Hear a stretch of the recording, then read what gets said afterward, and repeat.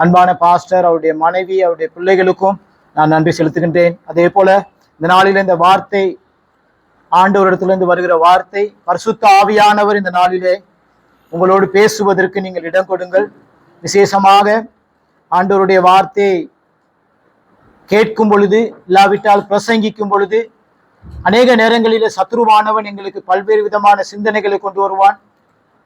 எங்களுடைய பழைய காரியங்களை ஞாபகப்படுத்துவான், இல்லாவிட்டால் தோல்வியை ஞாபகப்படுத்துவான். அப்படி இல்லாவிட்டால் சத்ருவானவன் எங்களுக்கு தூக்கத்தை கொண்டு வருவான். ஆனாலும் ஜெப சிந்தையோடு ஜெபத்திலே நீங்கள் இருந்து கர்த்தருடைய வார்த்தைக்கு செவி கொடுக்கும் பொழுது அது உங்களுக்கு பிரயோஜனமாக இருக்கும். இந்த காலை நேரத்திலே முதலாவதாக நாங்கள் 2 வசனங்களை நாங்கள் வாசிப்போம். ஒருவர் வாசியுங்கள். அப்போஸ்தலர் 1ஆம் அதிகாரத்திலே,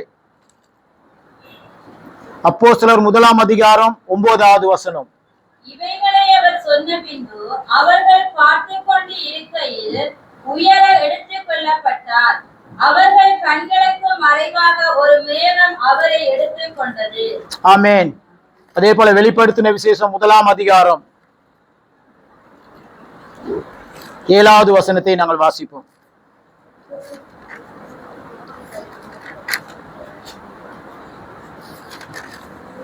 இதோ மேகங்களுடனே வருகிறார், கண்கள் யாவும் அவரை காணும், அவரை குத்தினவர்களும் அவரை காண்பார்கள், பூமியின் கோத்திரத்தார் எல்லாரும் அவரை பார்த்து புலம்புவார்கள். அப்படியே ஆகும். ஆமென். ஆமென். எனக்கு அன்பான கர்த்தருடைய பிள்ளைகளே, இந்த காலை நேரத்திலே அப்போஸ்தலர் 1ஆம் அதிகாரம் 9வது வசனத்திலே நாங்கள் வாசிக்க கேட்டோம்.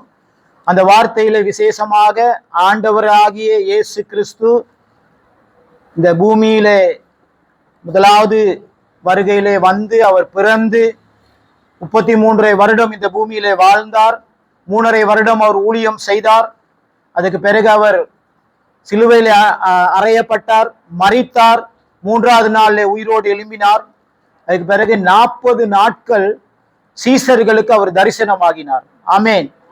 சீசர்களுக்கு தரிசனமாகி அதுக்கு பிறகு அவர் இந்த பூலோகத்தை விட்டு பரலோகத்துக்கு போய் உங்களுக்காக எனக்காக தேவனை விசுவாசிக்கிறவர்களுக்காக ஒரு ஸ்தலத்தை ஆயத்தம் பண்ணும்படியாக அவர் போக வேண்டிய சந்தர்ப்பத்திலே எருசலேமிலே இருந்த 120 பேரை ஒரு இடத்துல கூட்டி அவர் சொன்னார், பிதாவினுடைய வாக்குத்தத்தம் நிறைவேறும்படி நீங்கள் எருசலேமிலே காத்திருங்கள் என்று சொல்லி, இப்படியே சொல்லி அவர் பேசிக்கொண்டிருக்கும் பொழுதே இவைகளை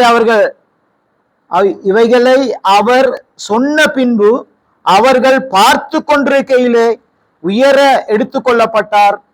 அவர் கண்களுக்கு மறைவாக ஒரு மேகம் அவரை எடுத்துக்கொண்டது. இப்படியே பேசிக்கொண்டிருக்கும் பொழுது ஆண்டவராக இயேசு கிறிஸ்து பூமியிலிருந்து மேலே எடுத்துக்கொள்ளப்பட்டார். பிரியமானவர்களே, ஆனாலும் அவர் எடுத்துக்கொள்ளப்பட்ட பிறகு அவருடைய பிள்ளைகளை அவர் தனித்து விட்டு போகவில்லை.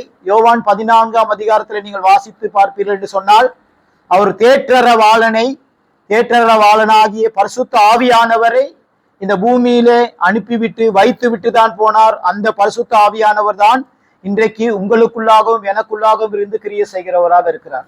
இந்த இடத்துல நீங்கள் பார்த்தீர்கள் என்று சொன்னால்,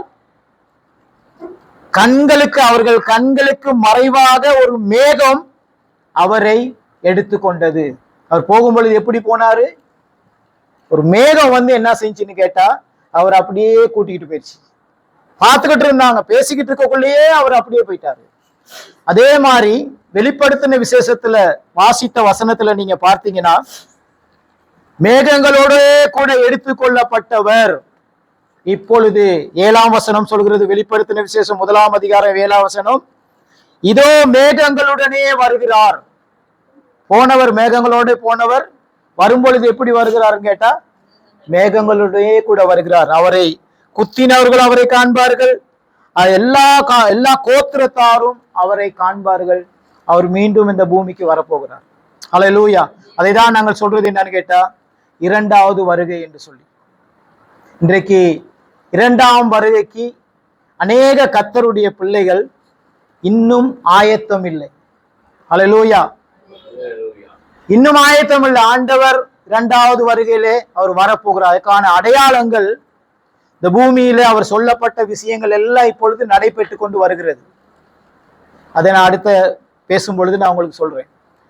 இதே வெளிப்படுத்தின விசேஷம் கடைசி அதிகாரத்தை நீங்கள் பார்த்தீர்கள் என்று சொன்னால் ஆண்டவருடைய வருகையை அவர் உறுதிப்படுத்தி இந்த இடத்துல சொல்லுகிறார். வாசிங்க பாப்போம். வெளிப்படுத்தின விசேஷம் 22ஆம் அதிகாரம் 7வது வசனம். இதோ சீக்கிரமாய் வருகிறேன், இந்த புஸ்தகத்தில் உள்ள தீர்க்கதரிசன வசனங்களை கைக்கொள்ளுகிறவன் பாக்கியவான் என்றார். இதோ சீக்கிரமாய் வருகிறேன். குயிக்லி, இக்மனட்ட, குயிக்கா, சீக்கிரமா ஆண்டவராக இயேசு கிறிஸ்து திரும்ப பூமிக்கு வரப்போகிறார். அல்லேலூயா, அல்லேலூயா.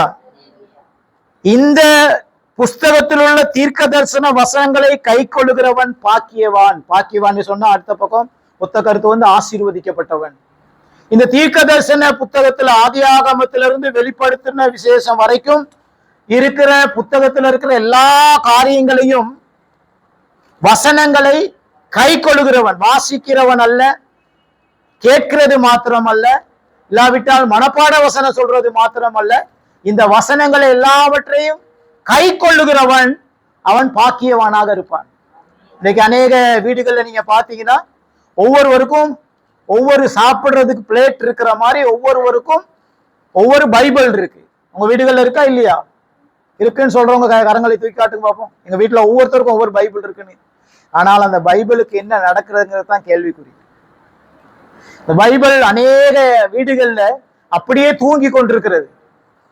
அந்த பைபிளுக்கு விடுதலை சனிக்கிழமை நைட்டு விடுதலை. என்னன்னா ஒரு பைபிள் வசனத்தை மனப்பாடம் பண்றதுக்காக நைட்ல ஒரு விடுதலை.